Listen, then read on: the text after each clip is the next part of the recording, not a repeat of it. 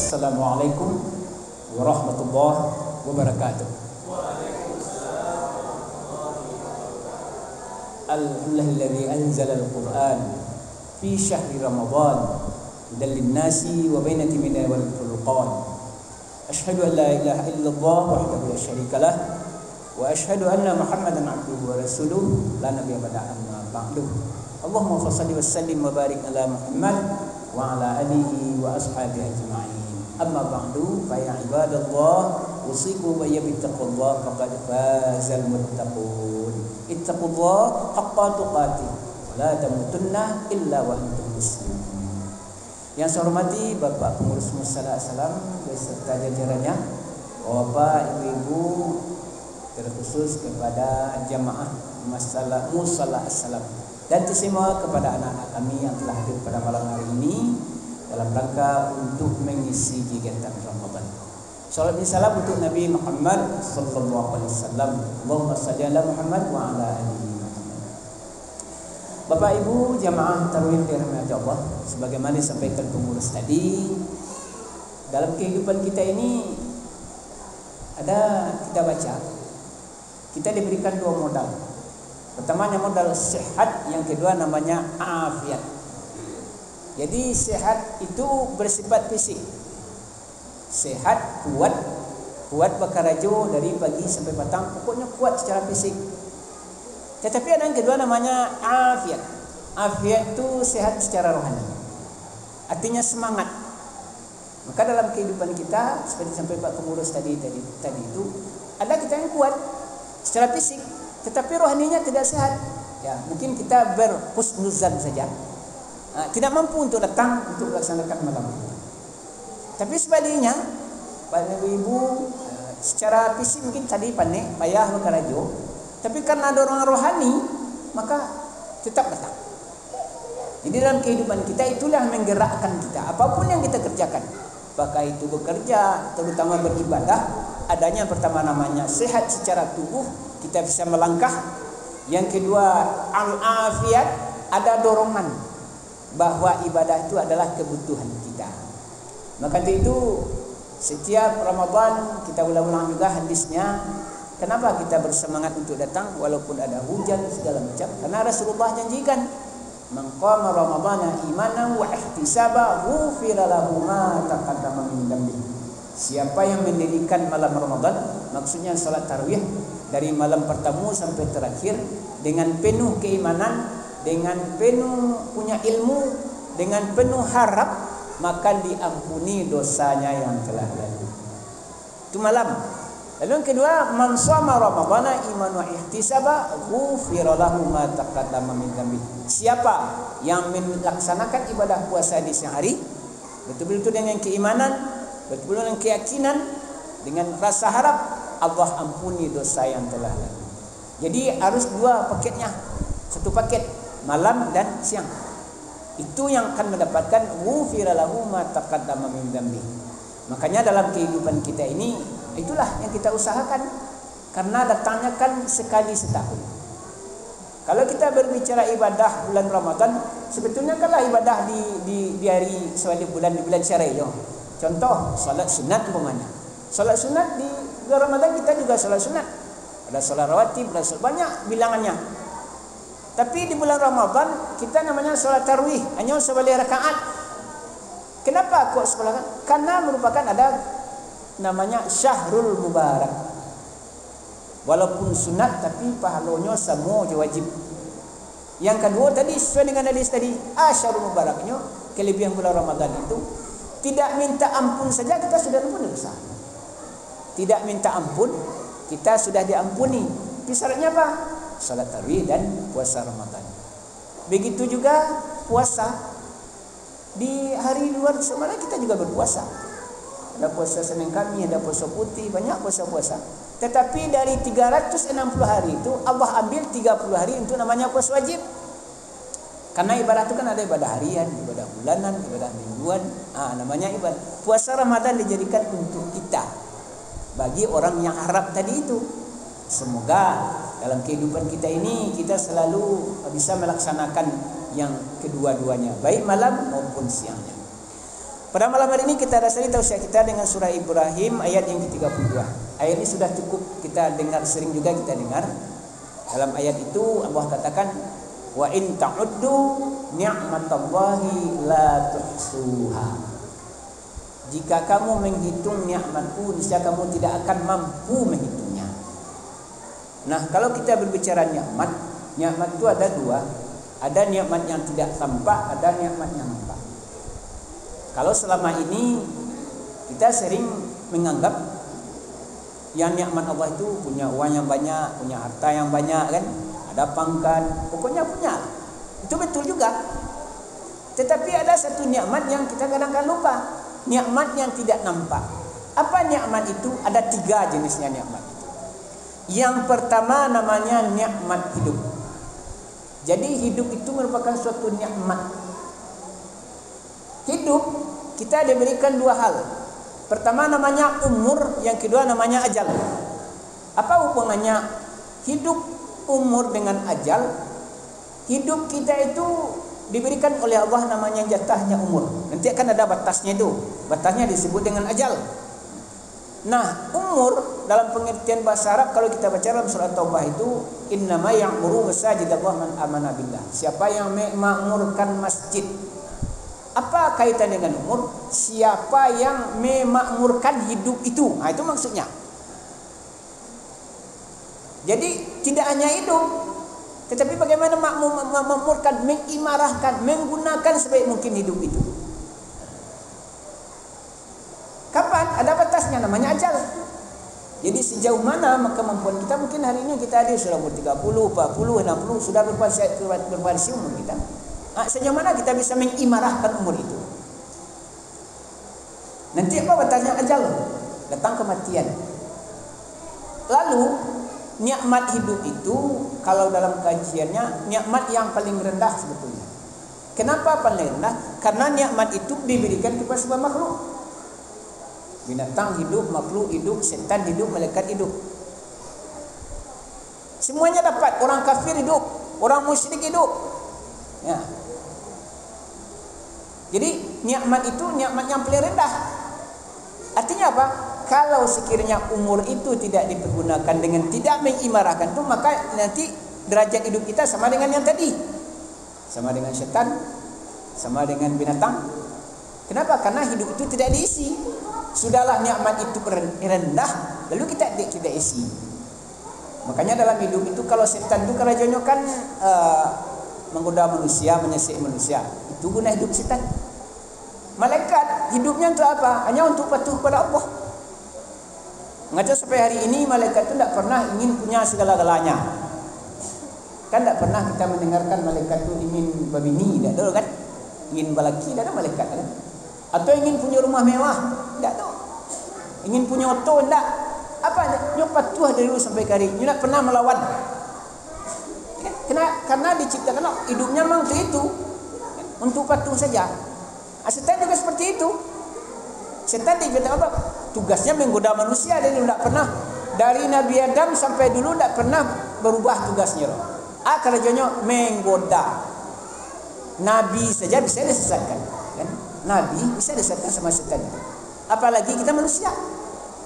Makanya dalam hidup itu umur dengan kaitannya dengan hidup tadi adalah nikmatnya yang paling rendah. Kalau tidak dipergunakan hidup itu, maka akan jatuh derajat kita kepada apakah namanya binatang, apakah namanya setan, apakah namanya malaikat. Dan kita juga tidak bisa hidup seperti malaikat. Kenapa? Karena kita butuh makan, butuh berusaha untuk sehat badan.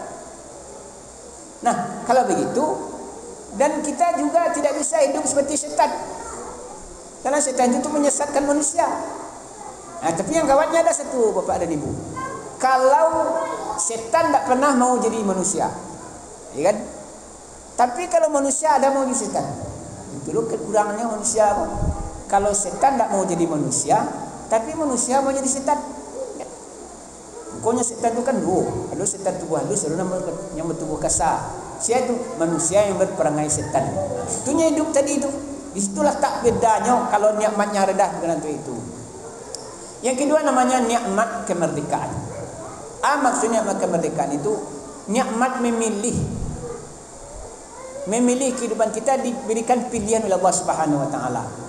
Makanya dalam surah Al-Qamar itu Asy-Syams ya, wa nafsi wa ma sawwaha fa'alhamaha fujuraha wa taqwaha. Demi yang nafsu Allah berikan kepada manusia itu dua pilihan. Potensi untuk berbuat dosa, potensi untuk berbuat jahat. Itu sana ada pilihan. Mau ke mana kita? Mau menjadi orang berdosa kah atau menjadi orang bertakwa? Wa nafsi sawwaha. Ini dalam kehidupan kita itu namanya nikmat kemerdekaan. Tadi di awal kita katakan kalau malaikat tidak bisa memilih. Memang itu jatahnya dari dulu. Setan juga tidak ada pilihan karena dia memang diberikan untuk menggoda manusia. Binatang juga dijadikan seperti itu karena tugas binatang itu hidupnya kawin dan makan. Tapi manusia diberikan kebebasan untuk memilih. Apa dasar pilihan itu? Tentu kalau kita orang yang makanya manusia diberikan pertama namanya akal, kedua namanya diberikan hati, ketiga namanya diberikan nafsu. Berdasarkan tiga itulah manusia bisa memilih. Kalau akalnya berfungsi, hatinya bisa berfungsi, dan nafsunya bisa dikendalikan, maka dalam kehidupannya dia akan bisa menjatuhkan kehidupan pilihan itu. Tetapi sebaliknya, kalau manusia hanya memperturutkan hawa nafsunya saja, tanpa bertimbang hati, tanpa gunakan, maka kehidupannya jatuh kepada pilihan yang tidak baik. Nah, maka pada hari ini kita sebagai manusia itu sejauh mana kita mempergunakan nikmat kemerdekaan itu. Jadi merdeka dalam arti bukan bebas, tidak. Bebas dalam arti untuk memilih. Pilihlah. Sebab ujungnya nanti kan dua. Mau masuk surga atau masuk neraka. Itu kuncinya. Tentu kalau orang yang punya keinginan, punya keimanan, tentu dia pilih ingin masuk surga. Yang ketiga namanya nikmat hidayah. Kalau ketemu tadi nikmat hidup agak rendah, semua dapat makhluk. Yang kedua nikmat kemerdekaan sudah agak tinggi seketik. Itu hanya diberikan kepada manusia dan diberikan kepada makhluk yang lain. Yang ketiga namanya nikmat hidayah. Aku yang paling tinggi. Tidak diberikan kepada semuanya. Hanya kepada orang-orang yang mendapatkan petunjuk. Di dalam kehidupan itu, petunjuk itu perlu dicari. Nah, makanya dalam keseharian, alhamdulillah kan kita ini kan keluarga kita, orang tua kita dulu telah menjadi Islam. Alhamdulillah kita ditunjuki menjadi orangnya Islam. Sekarang ada yang luar biasa juga. Orang-orang katakanlah yang dari dulunya Kristen atau kafir dulu, tapi nyo masuk Islam. Dia memeluk Islam. Kenapa dia memeluk Islam? Ada beberapa hal penyebabnya. Pertama, kalau ibu apa kecil di YouTube tu, ada karenanya tinggal di lingkungan orang Islam. Itu pengakuannya. Yang keduanya cuk mendengar surah azan. Yang ketiganya takjub dengan bacaan Al-Quran. Apa dia butuh proses. Ya kan butuh proses. Kadang-kadangnya kok berbeda benar. Kok senang pikirannya. Tapi alangkah rugi kita. Rugi ini sebaliknya. Orang Islam yang telah diberikan Islam tetapi tidak ada pengaruh. Kan? Terang azan lah. Kok puasa lah orang. Ya kan? Padahal petunjuk sudah dekat. Apa maksudnya petunjuk sudah dekat itu? Mungkin anaknya puasa, mungkin anaknya sholat. Kalau ada kek petunjuk sebenarnya itu. Atau yang sering didengar di mukali sehari semalam ada panggilan azan. Ya. Sudah petunjuk seperti itu. Tetapi ada namanya manusia itu yang sufaha namanya. Sufaha itu tidak menjadi pikir sendirinya. Aku mau kecian tadi, kok puasa lah orang, kok sembayang lah, kan? Yang pentingnya cari duit, nyoba karajo dari pagi sampai petang, sampai lo pagi. Kenapa? Karena dia tidak pikirkan kehidupan itu. Nah, sebenarnya hidayah sudah ada. Jadi hidayah itu ada secara langsung, ada tidak langsung. Kan? Kalau secara langsung, seperti saya katakan tadi, saya dengar setiap hari ada panggilan azan, kan? Ada anak-anak kita dekat sebetulnya hidayah itu. Tetapi makanya ada orang kadang-kadang kawan awak bako nak sembahyang, bako nak puasa, jalan depan tunjuk lagi. Nya jawab seperti itu lalu dapat. Sebenarnya pertanyaan cuma ada mengambil petunjuk itu ada upaya untuk mendapatkannya. Maka itu Bapak dan Ibu jamaah terhadap Allah, dalam kehidupan kita ini pertanyaannya sekarang sudah sejauh manakah kita menggunakan nikmat itu, nikmat hidup. Tentu alhamdulillah seperti kecil Pak pengurus tadi itu, alhamdulillah kita yang datang hari ini sudah bisa maksimalkan kehidupan itu. Kita imarahkan, kita isi kehidupan kita itu. Namanya dia datang sekali setahun kau mas tarawih mau puasa mau isi itu. Yang kedua, adanya nikmat kemerdekaan. Apa artinya? Kita dibebaskan oleh Allah Subhanahu. Mau pilih yang mana? Kalau orang nasihat akalnya itu pilih yang baik. Bakso ibadah itu adalah ada keuntungan. Bakso yang wajib itu ada kemaslahatan. Bakso yang haram itu pasti ada mudaratnya. Ya, dia paham. Kalau Allah yang sudah bilang seperti itu, kalau Allah yang sudah katakan seperti itu, ya paham. Ini Allah yang juga ini pasti ada manfaatnya nih. Jadi dalam pilihan itu bagaimana dia supaya maksimal dalam menggunakan hak kemerdekaan itu. Yang ketiga, seperti dikatakan tadi adalah nikmat hidayah. Hidayah itu perlu latihan. Perlu latihan dengan cara apapun juga.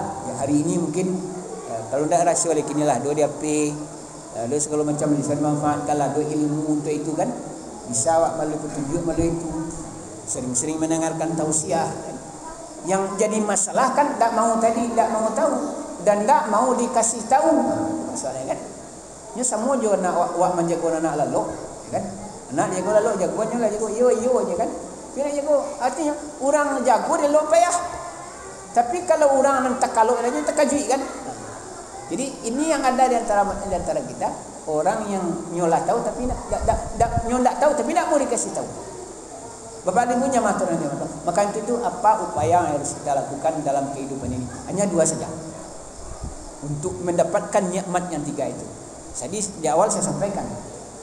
Disabui setiap hari hayya 'alas shalah, hayya 'alal falah. Marilah salat cari kemenangan. Salat cari kemenangan. Tapi kita tidak bisa juga hanya ingin dapat menang tapi tidak salat tak bisa juga. Ya Allah katakan, ayat salat sini dulu, panggil salat dulu. Ayat falah dapat kemenangan. Yang kedua, dalam salat akan kita ucapkan iyyaka na'budu wa iyyaka nasta'in. Hanya kepada Engkau kami menyembah, hanya kepada Engkau kami minta tolong. Di dalam kehidupan kita itu jangan hanya minta tolong saya menyembah nak mau. Jadi kita sembah Allah dulu baru kita minta tolong. Dalam hal ini semoga Bapak Ibu yang hadir pada malam hari ini dan saudara-saudara kita yang belum hadir mungkin seperti kata kemudian juga dari jannah mungkin kan. Mudah-mudahan besok mereka berkumpul bersama kita dalam rangka untuk menyemarakkan Ramadan. Apa artinya? Mana tahu Ramadan hari ini dan Ramadan terakhir kita. Kita dapat disampaikan banyak maaf yang benar dari Allah, yang salah datang dari sendiri. Aku lakukan nasta'in. Assalamualaikum warahmatullahi wabarakatuh.